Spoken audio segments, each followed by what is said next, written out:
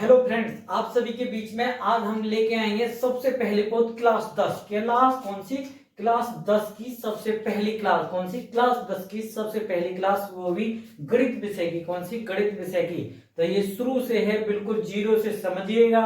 और यहाँ से आज से हम पढ़ाना स्टार्ट कर रहे हैं ऑनलाइन क्लास में। दोस्तों, अब हर रोज प्रत्येक एक वीडियो आएगी और आप उस वीडियो को के माध्यम से 10वीं क्लास में टॉपर बन सकते हैं खूब ही आसानी से। सबसे पहले है, हम आपके लिए बताते हैं एनसीईआरटी। क्या?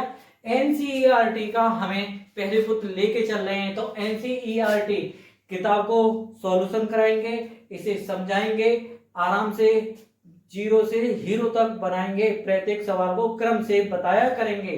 तो सबसे पहले एनसीईआरटी की सबसे पहले अंग्रेजी में हम फुल फॉर्म देखते हैं कि एनसीईआरटी क्या होता है। क्या एनसीईआरटी क्या होता है? तो एनसीईआरटी अंग्रेजी में national counselling of education research and training. National counselling of education research and training, ये अंग्रेजी में एनसीईआरटी की फुल फॉर्म है।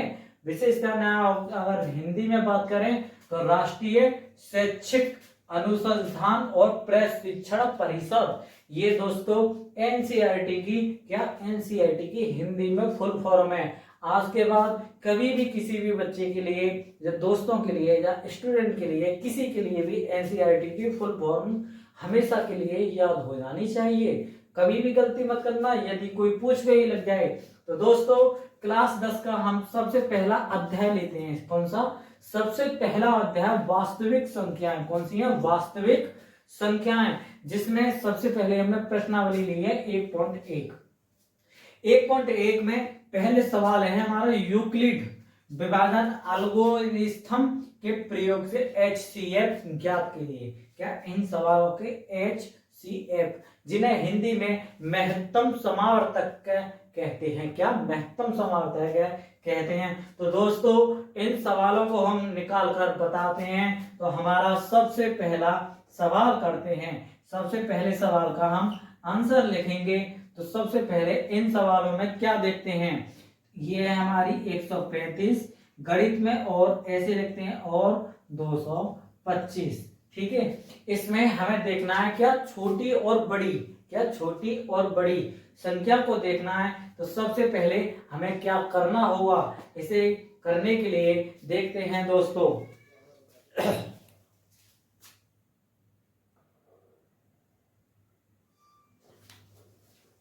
तो दोस्तों, इससे आगे हम करके दिखाते हैं कि ये वाली हमने लिख लिया। क्या? 135 और 225। इसमें हमें लिखना है क्या? आगे बराबर लिखना है a बराबर 225। क्या? a बराबर 225 और कोमा लगाकर b बराबर 135। दोस्तों, इधर नोट करके आप लिख लेना हमेशा। क्या? हम हमेशा सबसे बड़ी संख्या को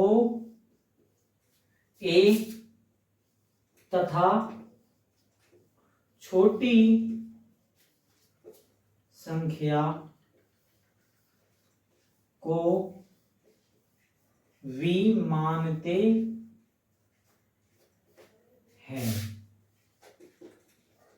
विशेष ध्यान रखना है दोस्तों, हमेशा यहाँ पर हमेशा सबसे बड़ी संख्या को a तथा सबसे छोटी संख्या को v मानते हैं। इससे आगे दोस्तों हम अभी करके दिखाते हैं आपके लिए।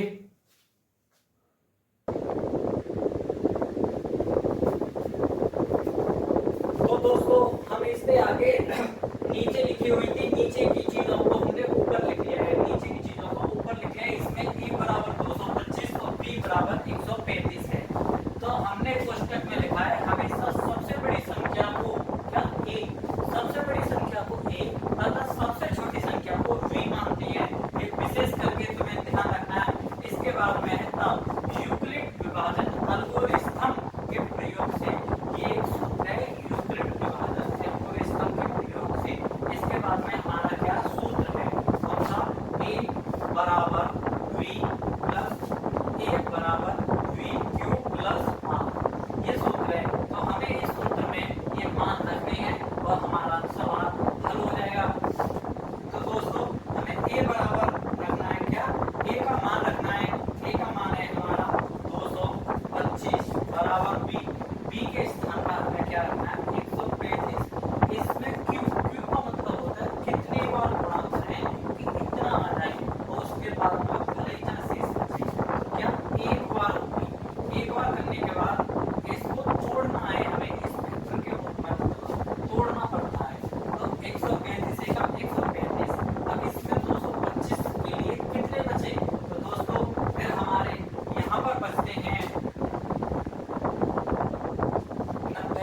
कितने बचे दोस्तों, जो भी हमारे यहाँ पर बचे हैं हमारे 90 90 ये बच गए, तो ये हो गए दोस्तों क्लास में 90। इस 90 को अब हम कैसे करेंगे इसके आगे दोस्तों अगले स्टेप में, तब तक यहाँ पर लिख लेना इसे इस प्रकार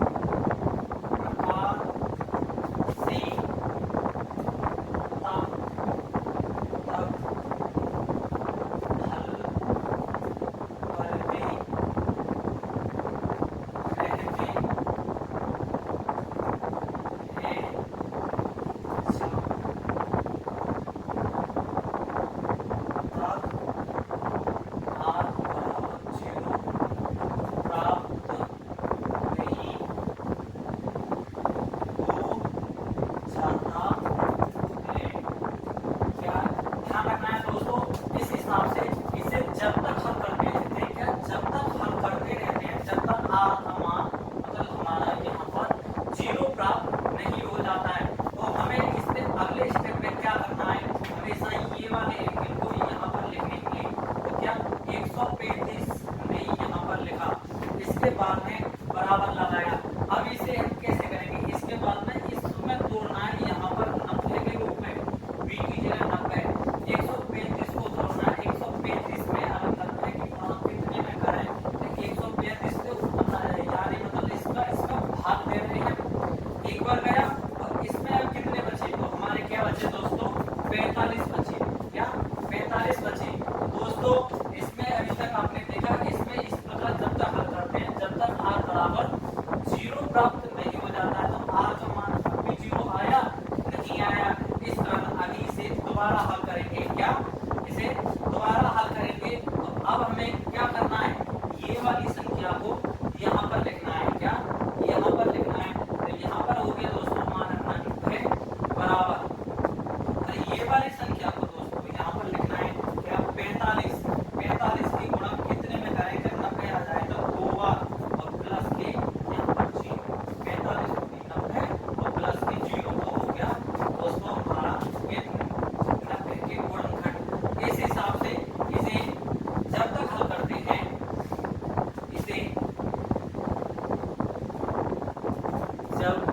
करते रहते हैं, जब तक r बराबर 0 प्राप्त नहीं होता है, क्या r बराबर 0 प्राप्त नहीं होता है, जब तक इसे हल करते रहते हैं। इसके बाद में है हमारा आएगा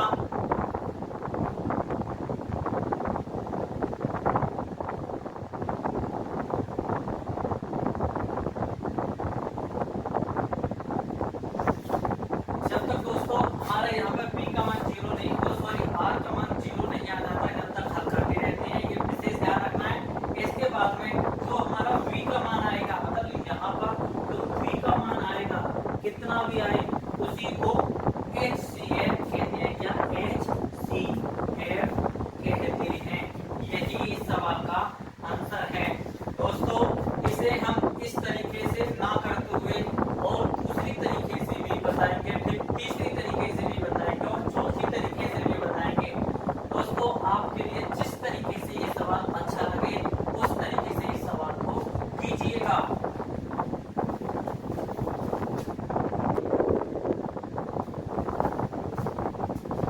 दोस्तों हमने भी बताया था आपके लिए कि इस सवाल के लिए हम दूसरी तरीके, तीसरी तरीके और चौथी तरीके से भी करेंगे, तो हमने ये सवाल पहली तरीके से आपके लिए करके बता दिया। अब हम इसे दूसरी तरीके से करते हैं, क्या दूसरी तरीके से करते हैं, तो दूसरी तरह से करने के लिए क्या करना है, हमें 135 और इधर मतलब छोटी संख्या को इधर रखेंगे और बड़ी संख्या को हमेशा इधर रखेंगे, क्या हमेशा इधर रखेंगे।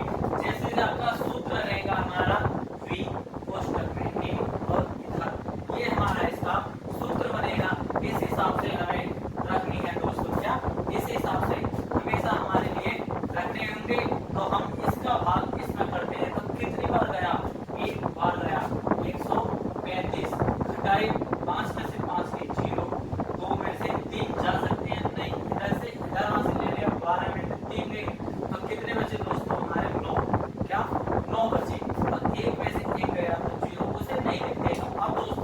इससे आगे हमें क्या करना है, इससे आगे फिर हमें यहाँ पर ऐसे करने और ये वाली संख्या को यहाँ पर उतार देना है। क्या, यहाँ पर उतार देना है। अब इसका भाग इसमें देते हैं, 90 का भाग 135 में कितने बार गया, तो 90 का 90, और यहाँ में से घटाते हैं तो ये बचे दोस्तों हमारे 45। इसी हिसाब से हम इसे आगे करेंगे अगला स्टेप हर एक बार ऐसे ही। तो अब हमें ये वाली संख्या यहाँ पर उतारनी है। विशेष ध्यान रखना है कौन सी संख्या को उतारना है, बार बार इस वाली संख्या को उतारना। 45 का भाग इसमें कितनी बार गया, दोस्तों हमारा 2 बार गया। 45 भी 90, कुछ बचा, कुछ नहीं बचा। यहाँ पर जब तक करना पड़ता है जब तक हमारा शेष यहाँ पर 0 नहीं बचता, मतलब कुछ नहीं बचता है। और इस हिसाब से भी इस सवाल को कर सकते हैं। इसका उत्तर फिर यहाँ पर जो होगा बी, ये वाला बी जो होगा वही इस सवाल का आंसर होगा। दोस्तों आपने देखा कि इस हिसाब से भी ये कितनी आसानी से सवाल हो गया। इसके अलावा हम तीसरी विधि से आपके लिए इस सवाल को करके दिखाते हैं।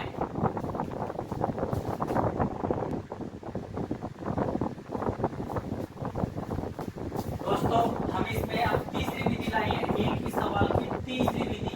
ये तीसरी तरीके से भी कैसे हो सकता है, तो हमें पहले ए का मान रखा, हमारे यहाँ पर है 225। क्या है, 225। तो यहाँ पर हमें ए बी के मान नहीं रखने कि ये ए है ये बी है, ऐसे हमें किसी के मान नहीं रखने।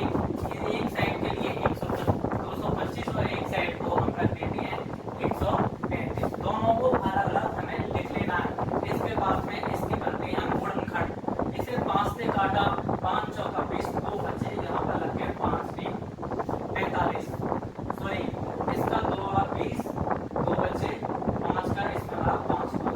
फिर इसे 5 से काटा तो ये हो गया 9 बार, 5 9 अपने 45। फिर काटा 3 से 3 बार, फिर काटा 3 से 1 बार। तो दोस्तों आपने देखा हमारे 225 के गुणनखंड कितने ही आसानी से और कितने छोटे हो गए।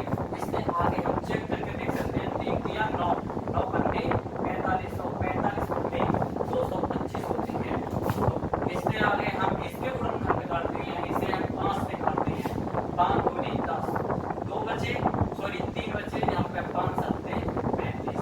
3 से काटा 9 बार, 3 से काटा 3 बार और 3 से काटा 1 बार। तो दोस्तों हमने इसके क्या करे, गुणनखंड करेंगे। इन्हें गुणनखंड कहते हैं कि गुणनखंड हमें ये काटने हैं।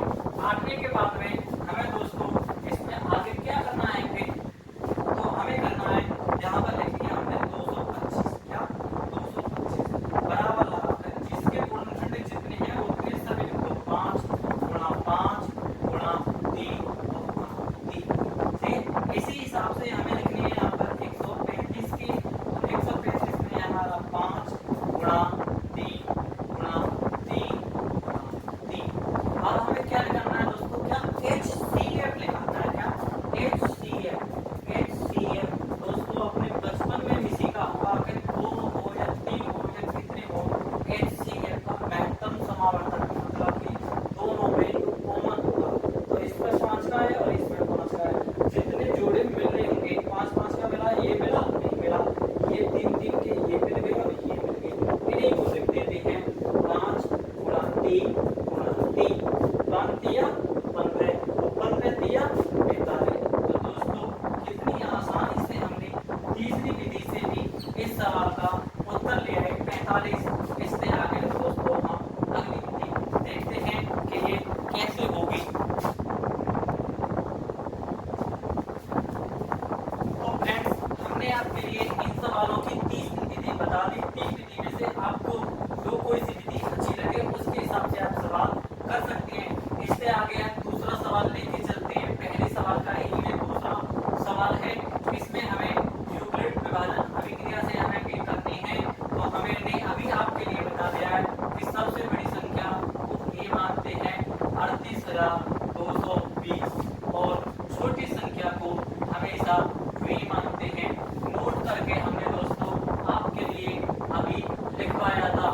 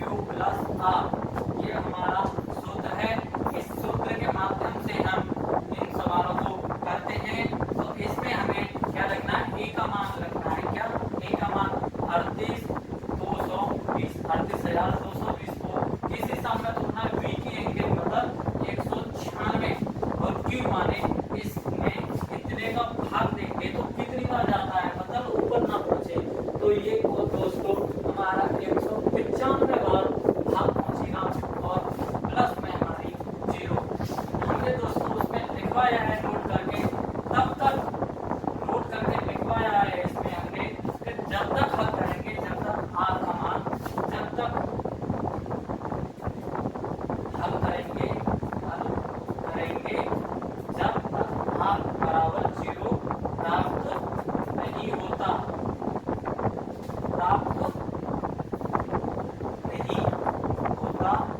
है।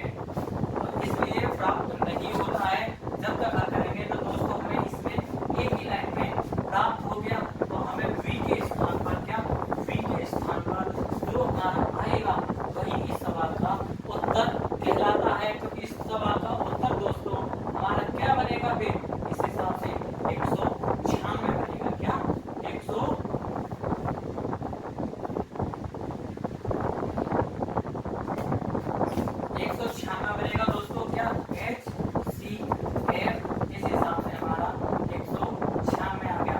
इतनी आसानी से आपके लिए सवाल करनी है दोस्तों। आप दूसरी और तीसरी विधि से स्वयं कर देखिए और अभ्यास डालिए। हमें किताब में जो सवाल और विधि मांगी है उसी हिसाब से इन सवालों को करते हैं। इससे आगे हम तीसरा सवाल आपके बीच में लेकर चलते हैं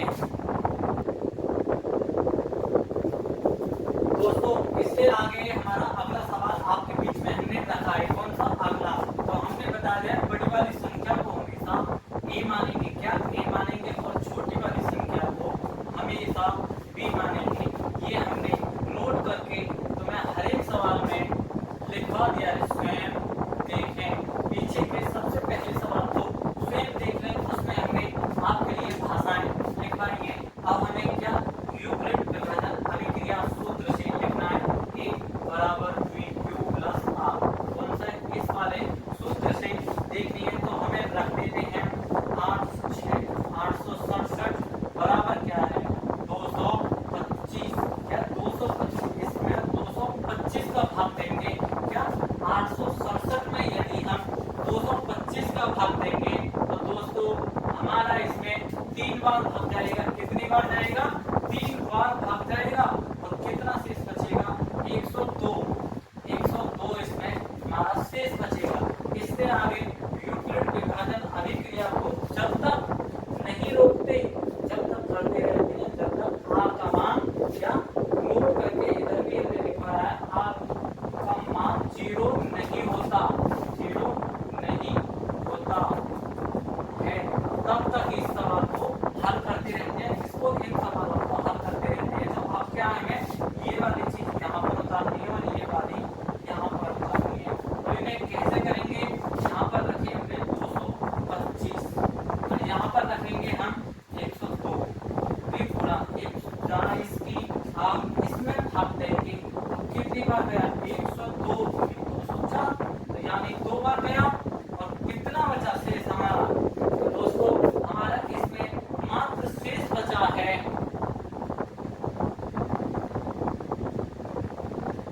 51। क्या 202 में अगर 2 बार भाग गया तो शेष क्या बचा हमारा दोस्तों? इसमें 51 बचा है। क्या 51 बचा है।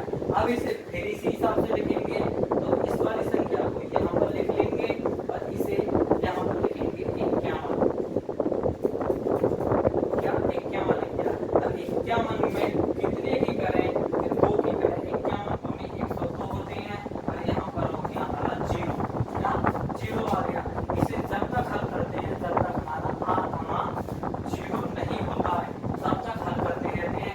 इसके बाद में हमें b बराबर क्या प्राप्त हुआ? क्या इस समीकरण के हिसाब से b बराबर क्या प्राप्त हुआ? 51। इस सवाल का उत्तर दोस्तों 51 आ गया। कितने आसानी से आपने ये सवालों को चुटकियों में हल कर दिया। इसके आगे हम अब सवाल नंबर 2 को देखते हैं।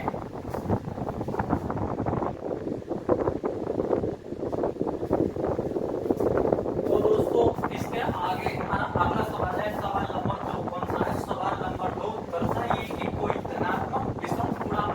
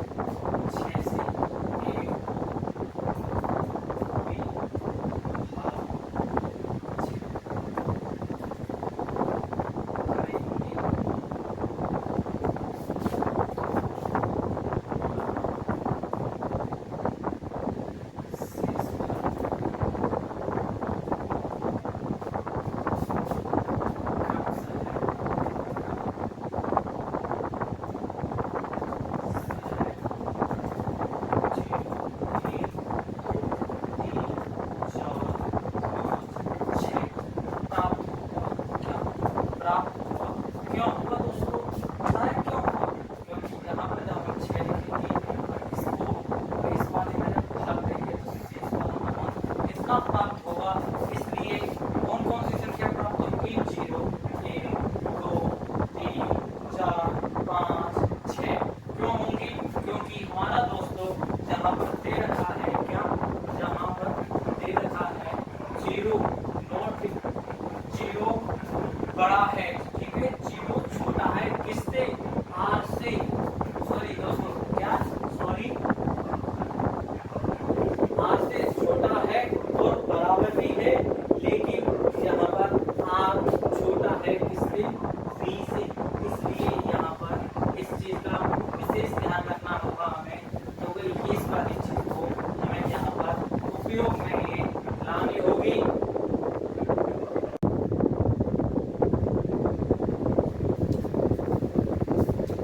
तो दोस्तों हम इसके आगे आपके लिए 0 फिर दोबारा लेके आएंगे। ये बड़ा हो गया था, बड़े में आ रहा नहीं था, इसलिए इसे मिटाकर ज्यों की त्यों हमने ये छोटे में लिखा है, और छोटे में लिखने के बाद में इसे हम फिर समझाते हैं आपके लिए। यहाँ तक हमने समझा दिया। जब हम 6 से a को विभाजित करेंगे, क्या 6 से, यानी मतलब v से a को विभाजित करेंगे तो हमारा शेषफल क्रमशः 0, 1, 2, 3, 4, 5, 6 प्राप्त होगा। क्या ये प्राप्त होगा? जहाँ 0 छोटी है किससे? R से। R का मान बड़ा है तो 0 का मान छोटा है और बराबर भी है, ठीक है। तो और इसमें के बाद में है B, हमारी बड़ी है R से, B का मान जो है वो R से हमारा बड़ा है, R हमारा यहाँ पर छोटा होगा। तो इसलिए इससे आगे फिर हमें क्या करना है? तो इसमें लिखना है हमें इसके बाद में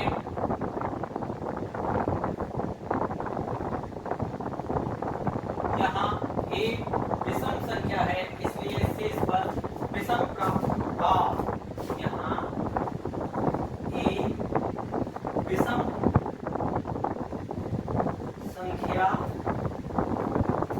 है तब यहाँ शेषफल भी विषम प्राप्त होगा। यानी कि क्या प्राप्त होगा दोस्तों? शेषफल विषम प्राप्त होगा। तब विषम के लिए क्या होगा? 0 हो सकती है, 1 हो सकता है, 3 हो सकता है और 5 हो सकता है। लेकिन इसमें 0 हमारी विषम नहीं होती। 1, 3, 5 इन तीनों में से कोई सा हमारा प्राप्त हो सकता है। तो इससे आगे हमें क्या लिखना है? यूक्लिड विभाजन अभिक्रिया द्वारा, किसके द्वारा? यूक्लिड विभाजन एल्गोरिथम के प्रयोग से हम पाते हैं।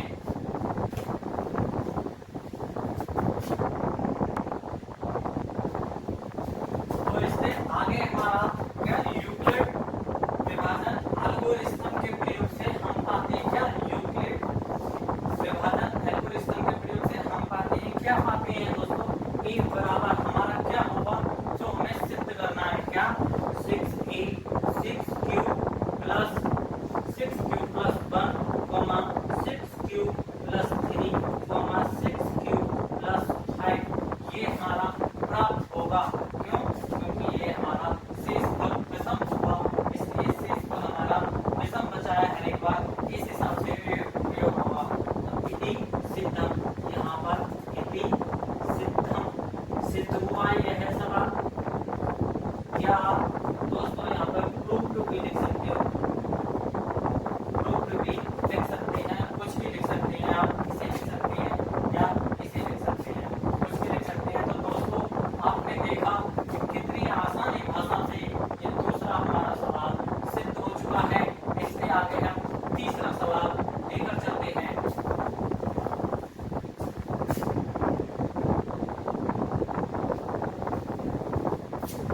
दोस्तों इससे आगे हम आपके बीच में सवाल नंबर तीसरा लेके आएंगे। कौन सा? तीसरा। उस नंबर किसी परेड में 616 सदस्यों वाली एक सेना आर्मी की टुकड़ी को 32 सदस्यों वाले एक आर्मी बेटे के पीछे मार्च करना है। क्या मार्च करना है? दोनों समूहों को समान संख्या वाले स्तंभों में मार्च करना है। उन स्तंभों की अधिकतम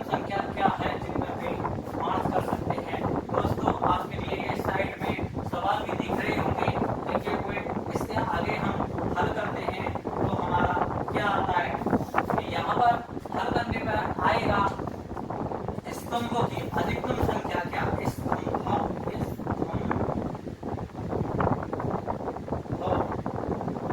की अधिकतम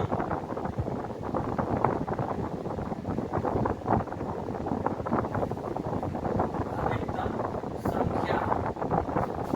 अधिकतम संख्या क्या होगी दोस्तों? HCF। कौन कौन सी दे रखी है दोस्तों? एक दे रखी है हमारी 616 और दूसरी दे रखी है हमारी 32। क्या? 32। तो दोस्तों हमने अभी आपके लिए सबसे पहले सवाल में बताया है कि सबसे बड़ी संख्या को हम क्या मानेंगे? 616 और तथा छोटी संख्या को v मानेंगे। क्या? छोटी संख्या को v मानेंगे। इसके बाद में ये हमारी सूत्र के माध्यम से VQ प्लस R इस वाले सूत्र। कौन सा सूत्र है? इस सूत्र का नाम क्या है दोस्तों? हमने अभी आपके लिए सबसे पहले ही सवाल में बताया है। क्या? सबसे पहले ही सवाल में बताया है। इस सूत्र का नाम क्या है? यूक्लिड विभाजन n और स्तंभ। क्या? यूक्लिड विभाजन n और स्तंभ। इस सूत्र के माध्यम से इसे हल करते हैं तो हमें a की जगह क्या लिखना है दोस्तों? 616। क्या? 616। हमें b की जगह पर क्या लिखना है दोस्तों? यहाँ पर क्या? 32। b की जगह पर क्या लिखना है? 32 लिखना है। तो 616 में यदि हम 32 का भाग देंगे, किसका? 616 में 32 का भाग देंगे तो दोस्तों हमारा कितनी बार जाएगा? 19 बार जाएगा। कितने बार जाएगा? 19 बार जाएगा। और प्लस में शेष बचेगा दोस्तों हमारा 8। इसके बाद में हमें अगला करना है 32 का करना है। तो केस में करना है हमें 32 का। 32 का करना है हमें 8 में। 8 जो 32 और 1 0। इस हिसाब से हमारा ये यूक्लिड विभाजन अभिक्रिया n और स्तंभ के प्रयोग से हो गया। इसके बाद में हमारा v का मान कितना आया दोस्तों? यहाँ पर 8 आया। इस हिसाब से इस सवाल का आंसर कितनी आसानी से आपको मिल गया। विशेष ध्यान रखना है कि जब तक हल करना पड़ता है जब तक इसके अंत में r के मान नहीं आ जाता। इससे आगे अगला सवाल देखते हैं दोस्तों कि वह कैसे होगा। तो दोस्तों हम इससे आगे आपके लिए